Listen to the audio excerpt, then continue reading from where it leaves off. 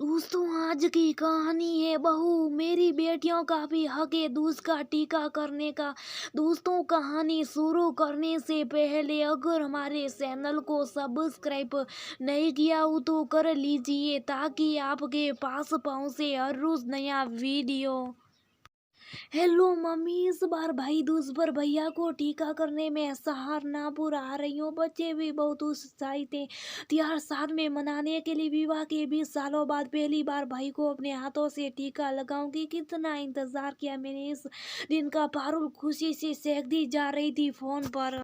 अरे वाह बेटिया, तुमने तो वाकई बहुत बड़ी खुशखबरी दी है। प्रतीक बेचारा तो हर वर्ष तुम्हारी बाट जोता था। पीरिया तो कभी कभी आ भी जाती थी, तुम्हारा आना ही मुश्किल रहता था। कालिंदी जी भी खुशी से फूली नहीं समा रही थी।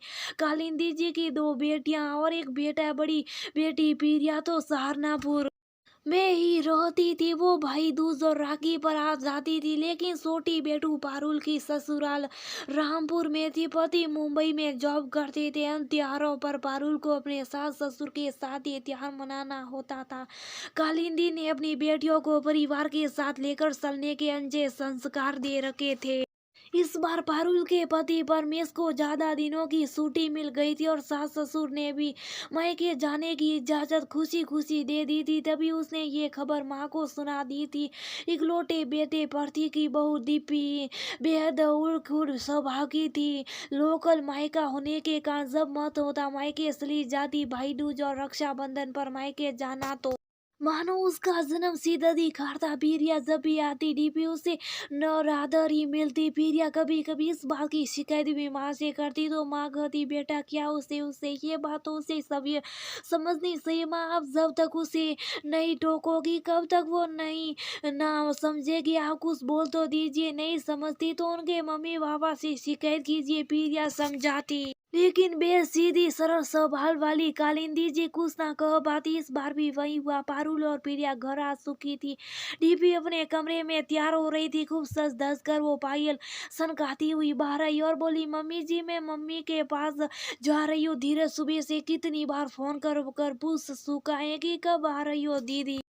सुनो बहू, इस बार तुम आज नहीं कल अपने मायके चली जाना। कालिंदी जी से इस बार रहा नहीं गया। लेकिन मम्मी जी धीरज मेरा इंतजार कर रहा है। कोई बात नहीं, हर बार तो जाती है वो, एक बार नहीं जाओगी तो कुछ हो नहीं जाएगा। पारुल बेचारी तो 20 सालों बाद आ रही है। मेरी बेटियों को भी हक है आखिर अपने भाई को दूध का टीका लगाने का।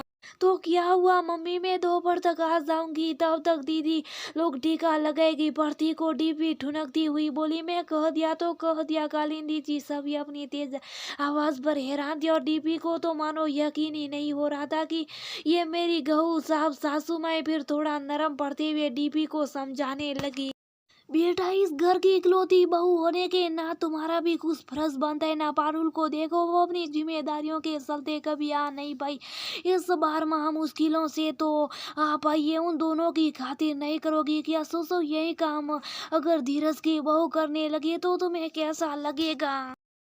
पहले तो दीपी थोड़ा कुन मुनाई, लेकिन फिर समझ गई कि सासू माँ का कहना भी सही। उसने अपना बिगड़ा मूड ठीक कर दिया क्योंकि उसके दोनों बेटे पीरिया और पारुल के बच्चों के साथ बहुत खुश नजर आए थे। पीरिया आज माँ के बदले स्वरूप के आगाज से खुश थी। उनकी मनोवर्ती सास बहू का झगड़ा करना की कती नहीं थी, लेकिन गलत बात पर दीपी को समझाने का की इच्छा भी रख दी थी। अब सभी ने मिलजुल कर बेहद हर्षोल्लास से भाई दूज का त्योहार मनाया।